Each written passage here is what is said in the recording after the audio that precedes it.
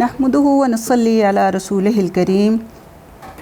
अऊज़ु बिल्लाहि मिनश शैतानिर रजीम। बिस्मिल्लाहिर रहमानिर रहीम। रब्बि इश्रह ली सदरी व यस्सिर ली अमरी वहलुल उक़दतम मिन लिसानी यफ़क़हू क़ौली। हम आयत नंबर 34 सूरह बक़रा की तफ़सीर हम देख रहे हैं और इसमें हमने ये सीखा कि अल्लाह रब्बुल आलमीन ने फ़रिश्तों को सजदे का हुक्म दिया और तमाम फ़रिश्ते जो थे वो झुक गए, लेकिन इब्लीस ने सजदा नहीं किया।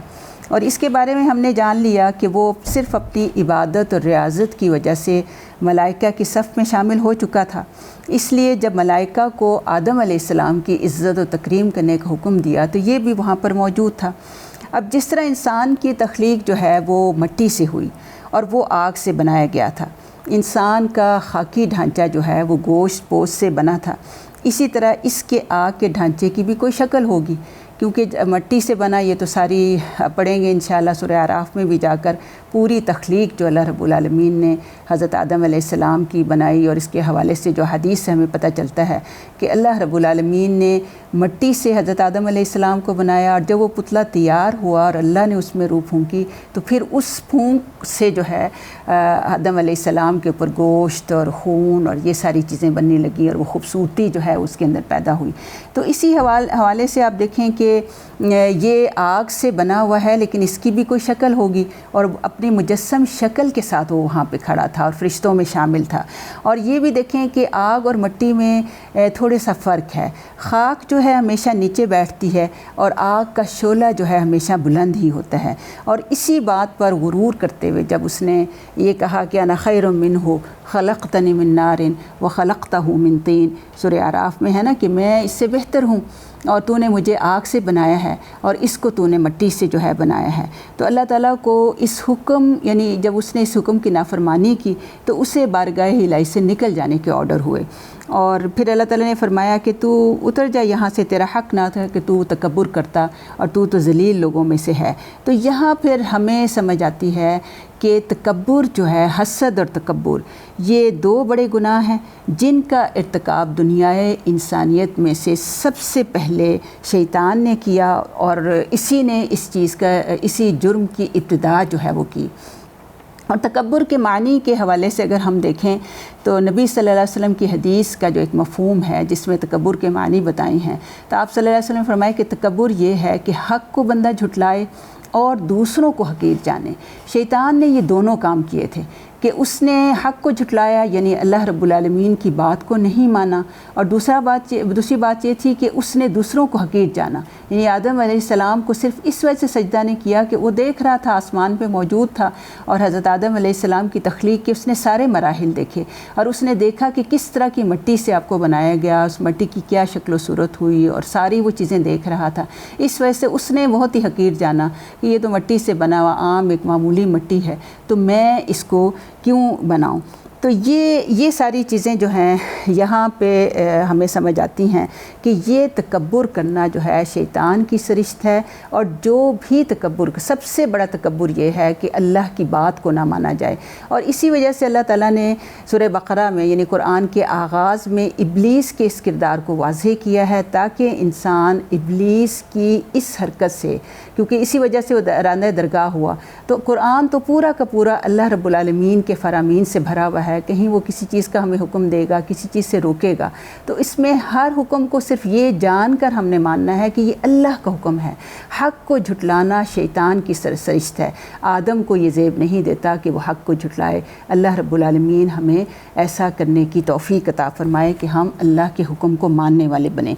और फिर देखें कि ये चीज़ भी हमें समझ आती है कि इसमें ये जब ज़िल्लत उसने उठाई और अल्लाह ताला ने उसको मना किया और उसने फिर भी जब नहीं बात मानी तो उसने फिर इंसानों को गुमराह करने के लिए मोहलत भी क़यामत तक मांगी और अल्लाह ताला ने उसको ये मोहलत भी दे दी। और ये अल्लाह ताला की मशीयत थी, इसकी मुकम्मल हिकमत तो हम नहीं समझ सकते, लेकिन बहरहाल अल्लाह रब्बुल आलमीन ने उसे ये मोहलत दी।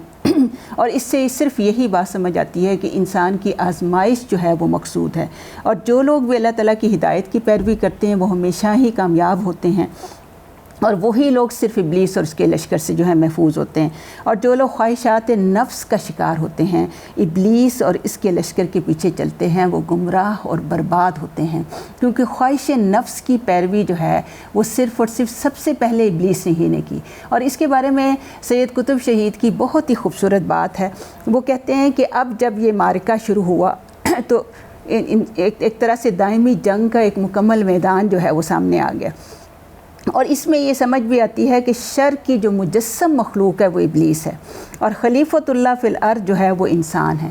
اس کے مابین جو ہے یہ جنگ کا میدان جو ہے مسلسل جاری رہے گی، اور اس جنگ میں خیر کو اس حد تک کامیابی ملتی ہے جس حد تک انسان اپنے ارادے اور اپنے رب سے کیے ہوئے عہد کو مضبوطی سے تھامتا ہے۔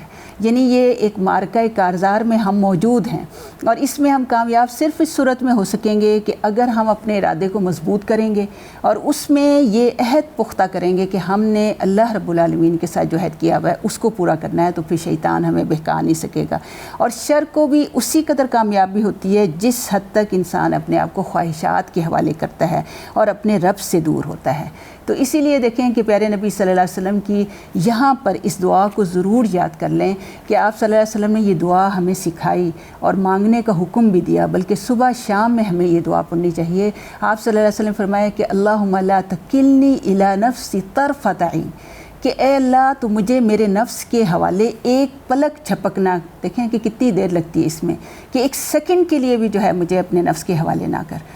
تو ایک سیکنڈ کے لیے بھی اگر ہم اپنے نفس کے حوالے ہو جائیں گے تو کیا ہوگا کہ شر کو کامیابی ہو جائے گی، شیطان ہمارے اوپر غالب آ جائے گا، اور ہم اللہ رب العالمین سے کیا ہوا عہد جو ہے وہ بھول جائیں گے۔ تو اس لیے یہ ساری چیزیں بہت اہم ہیں جو اللہ تعالیٰ نے ہمیں اس میں سکھائیں۔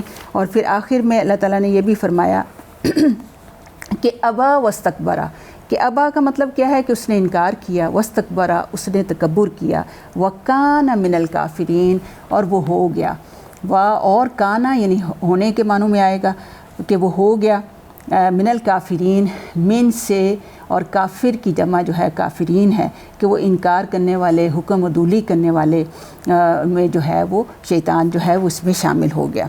اب اس آیت مبارکہ کی اگر ہم حکمت اور بصیرت دیکھتے ہیں تو اس میں ہمیں 3-4 باتیں جو ہیں وہ ملتی ہیں، اور اس پہ ذرا تھوڑا سا غور و فکر کر لیں۔ سب سے پہلی چیز جو ہے وہ یہ ہے کہ آدم علیہ السلام اور اس کی ذریت کا فرشتوں اور جنوں پر شرف جو ہے وہ ثابت ہوتا ہے، مگر یہ صرف اس وقت تک قائم رہتا ہے جب تک کہ وہ رب کائنات کی بندگی اور اطاعت کا دم بھرتے ہیں۔ یعنی آدم صرف اس وقت تک مشرف رہے گا، اس وقت تک وہ باعزت رہے گا کہ جب تک وہ اللہ رب العالمین کی بندگی اور اطاعت کا دم بھرے گا۔ اللہ ہمیں وہ بندگی اور اطاعت کرنے کی توفیق عطا فرمائے۔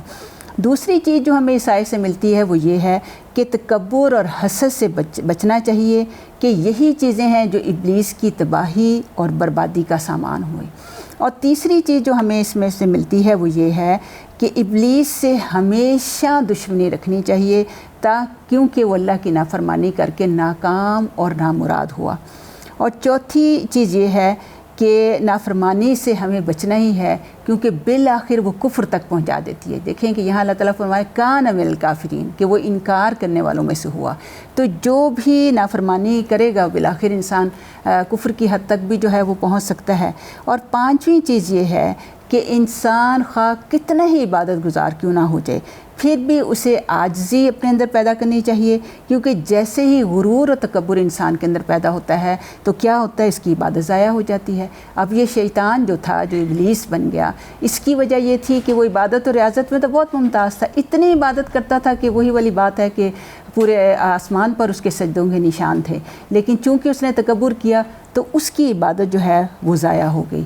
تو اللہ تعالیٰ ہمیں ہر طرح کی تکبر سے بچائے، تاکہ ہماری باتیں بھی قبول ہوں، اور عاجزی اور انکساری اختیار کریں تاکہ اللہ رب العالمین ہم سے راضی ہو جائے۔ وما علینا الا البلاغ المبین۔